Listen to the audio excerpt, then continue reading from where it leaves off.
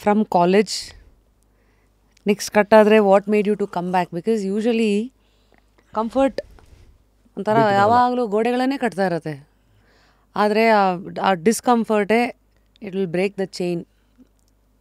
C Rashmi ಅವರೇ, 18 years south side ಶಿಕಾಗೋನಲ್ಲಿ ಬೇರೆ ಬೇರೆ ಹಂತಕ್ಕೆ ರಿಯಾಲಿಟಿ ಅನ್ನೋದು ಅನುಭವಿಸಿರ್ಬೋದು. ಬಟ್ ಆ 4 ವರ್ಷ ಯೇಲ್ ಯೂನಿವರ್ಸಿಟಿ ಇದ್ದಲ್ಲ ರಶ್ಮಿ ಅವರೇ, it was an extraordinary university, extraordinary place of learning.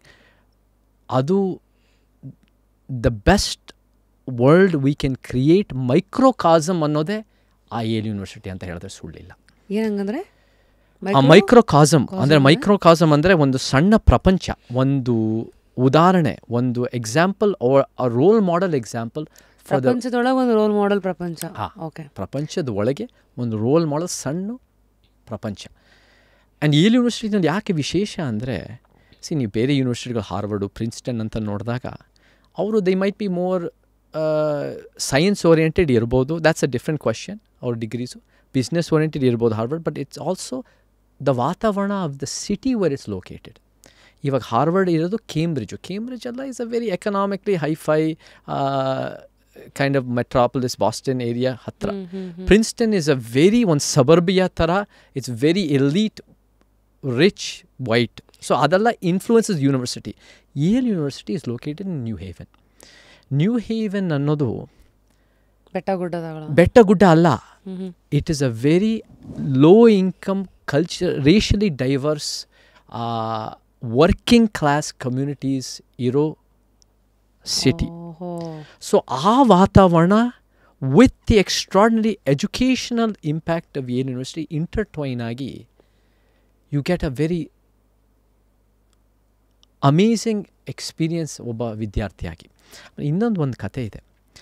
Yale university 300 ವರ್ಷಗಳ ಹಿಂದೆ ಇಲೈಹು ಯೇಲ್ ಅಂತ ಒಂದು ಮರ್ಚೆಂಟು ಇದೇ ಒಂದು ಸೌತ್ ಇಂಡಿಯಾ ಮತ್ತು ಮಡ್ರಾಸಲ್ಲಿ ಈಸ್ಟ್ ಇಂಡಿಯಾ ಕಂಪನಿನಲ್ಲಿ he was a merchant exploiting for profit this south Indian India ಸಬ್ ಕಾಂಟಿನೆಂಟ್ ಆಸ್ ಅ ಹೋಲ್. ಅವರು ಇಲ್ಲಿ ದುಡ್ಡು ಮಾಡಿಕೊಂಡು he became the benefactor for Yale university. ಅಲ್ಲಿಂದ ಯೇಲ್ ಯೂನಿವರ್ಸಿಟಿ ಇಲೈಹು ಯೇಲ್ ಮೇಲೆ ಹೆಸರಿಟ್ಟಿದ್ದು. ನಾನಲ್ಲಿ ಯೇಲ್ನಲ್ಲಿ ಓದ್ತಾ ಇದ್ದೆ, ಈ ಕಥೆ ನನಗೆ ಗೊತ್ತಾಯಿತು. ಏನಪ್ಪ, ನಾನು ಇಲ್ಲಿ ಇದು ಒಂದು ಅದ್ಭುತ ವಿಶ್ವವಿದ್ಯಾಲಯ ಅಂತ ಬಂದರೆ, ಈ ವಿಶ್ವವಿದ್ಯಾಲಯ ಶುರುವಾಗಿದ್ದೇ ಭಾರತನ ಎಕ್ಸ್ಪ್ಲಾಯ್ಟ್ ಮಾಡಿ, ಲೂಟ್ ಮಾಡಿ, ಅದರ ರಿಸೋರ್ಸನ್ನು ತೊಗೊಂಡು ಇಲ್ಲಿ ಯೂನಿವರ್ಸಿಟಿ ಶುರುವಾಗಿದೆಯಲ್ಲ, ನಾನು ಭಾಳ ಡಿಸಪಾಯಿಂಟ್ ಆಗ್ಬಿಟ್ಟಿತ್ತು. ನನ್ನ ಮೇಲೆ ನನಗೆ ಯಾಕಪ್ಪ ಇಲ್ಲಿ ಬಂದೆ ಅಂತ ಅನಿಸ್ತಾ ಇತ್ತು. ಆಮೇಲೆ ಹೋಗ್ತಾ ಹೋಗ್ತಾ teachers, studies, extraordinary world view, ಪ್ರಪಂಚದ ಬಗ್ಗೆ ಕೊಡೋ ವಿಚಾರಗಳು, ಸ್ಟಡೀಸ್ ಹೇಳ್ಕೊಡ್ತಾ ನನಗೆ ಗೊತ್ತಾಯಿತು, ಈ ಯೂನಿವರ್ಸಿಟಿನೇ ಆ ಅನ್ಯಾಯನ ಹೆಂಗೆ ಸರಿಪಡಿಸ್ಬೋದು ಅಂತ ನಮಗೆ ಹೇಳ್ಕೊಡ್ತಾ ಇದೆ. Which is the paradox of reality. The same university that is exploiting is the one educating you on how to fight and resist and transform that centuries of exploitation. So ಆ ಯೇಲ್ ಯೂನಿವರ್ಸಿಟಿ ನನಗೆ ಭಾಳ ಅದ್ಭುತ ಅನುಭವ. But ಒಂದೇನಾಯಿತು Rashmi ಅವರೇ ಅಂದರೆ, ಅಲ್ಲಿ final year 3rd 4th ಇಯರ್ನಲ್ಲಿ ಭಾಳ ಎಕ್ಸ್ಟ್ರಾರ್ಡಿನರಿ ವೈಟ್ ಸ್ಟೂಡೆಂಟ್ಸ್ ಇದ್ದರು. ರೇಸಿಸಮ್ ಆಫ್ ಕೋರ್ಸ್ ನಾನು is a important part of the growth. And ಅಲ್ಲಿ white students were very kind and intelligent and socially conscious. ನಮ್ಮನ್ನೆಲ್ಲ ಈಕ್ವಲ್ ಆಗೇ ನೋಡ್ತಾಯಿದ್ರು. ನಾನು ಒಂದ್ಸಲಿ ಕೇಳಿದೆ ಒಂದು ಪ್ರಶ್ನೆ. I was studying south Asia. I come to the and history, economics, poli sci, anthropology, literature, ರಂಗಭೂಮಿ ಎಲ್ಲ ಸ್ಟಡಿ ಮಾಡ್ತಾಯಿದ್ದೆ. And I came to the realisation, ಈ ಸಮಾಜದಲ್ಲಿ, ಅಮೇರಿಕ ಸಮಾಜದಲ್ಲಿ ನನ್ನಂಥ ನಾನ್ ವೈಟನ್ನು, ನಾನ್ ಕ್ರಿಶ್ಚನ ಸಮಾಜ ಒಪ್ಪಲ್ಲ.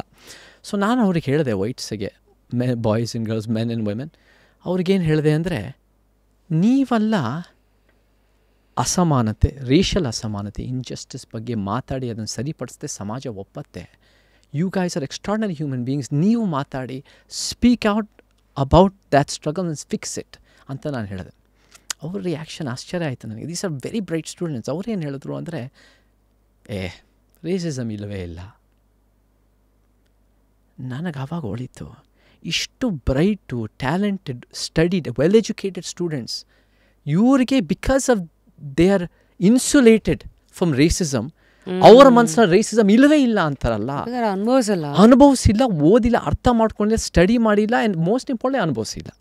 ನೀವು ಹೇಳ್ದಂಗೆ ದೆನ್ ಐ ರಿಯಲೈಸ್ಡ್ ಕರ್ನಾಟಕದಲ್ಲಿ, ಇಂಡಿಯಾದಲ್ಲಿ, those who have gotten the privilege and the benefit of caste for generations or hundreds of years, ಅವ್ರಿಗೆ ಈ ಜಾತಿ ವ್ಯವಸ್ಥೆ ಮತ್ತು ಅಸಮಾನತೆ ಇರೋದು ಅರ್ಥ ಆಗಲ್ಲ, ಗೊತ್ತಿರಲ್ಲ. ಸೊ ಅದ್ರ ಬಗ್ಗೆ ಓದಿರಲ್ಲ, ಅದ್ರ ಬಗ್ಗೆ ತಿಳ್ಕೊಂಡಿರಲ್ಲ. ಬಹುಶಃ ಅದನ್ನು ಹೇಳ್ತಾ ಇರೋರೇ ಏನೋ ಬುರುಡೆ ಹೇಳ್ತಾ ಇದ್ದಾರೆ ಅಂತಲೂ ಅನಿಸಿರ್ಬೋದು. ಸೊ ನನಗೆ ಗೊತ್ತಾಯಿತು, ನಾನು ಅಮೇರಿಕದಲ್ಲಿದ್ದು as a victim of the racist system, racial injustice and capitalism and various things, ಅದನ್ನು ನಾನು ಫೈಟ್ ಮಾಡೋಕ್ಕಿಂತ as the beneficiary and the privileged of the Indian society, ಯಾಕಂದರೆ ನಮ್ಮ ಅಮ್ಮ ಅಪ್ಪ ಎಲ್ಲ ಬಂದಿರೋ ನಾವೆಲ್ಲ education background, caste benefits, landed benefits, social capital ಎಲ್ಲ ಬಂದಿರೋದ್ರಿಂದನೇ ನಾನು ಅಮೇರಿಕಾಗೆ ಹೋಗೋಕ್ಕೆ ಅವಕಾಶ ಸಿಕ್ಕಿದ್ದು. ಅದು ಕೂಡ ನಾನು ಅಲ್ಲಿ ಬೆಳೆದಿರೋದು. So I am the beneficiary of Karnataka. ನಾನು ಇಲ್ಲಿ ಬಂದು ಕರ್ನಾಟಕದಲ್ಲಿ ಅದೇ ಅನ್ಯಾಯದ ವಿರುದ್ಧ ಮಾತಾಡಿದ್ರೆ ಅಥವಾ ಕೆಲಸ ಮಾಡಿದ್ರೆ, ಮಾತಾಡೋಕ್ಕೆ ನನಗೆ ಅವಕಾಶ ಸಿಗುತ್ತೆ, ನಿಮ್ಮಂಥವ್ರು ಕೊಡ್ತಾರೆ ಅಂತ ನಾನು ಅವಾಗ ನಿರೀಕ್ಷೆ ಮಾಡಿರಲಿಲ್ಲ. ಬಟ್ ಕೆಲಸ ಮಾಡಿದ್ರೆ I could do more good.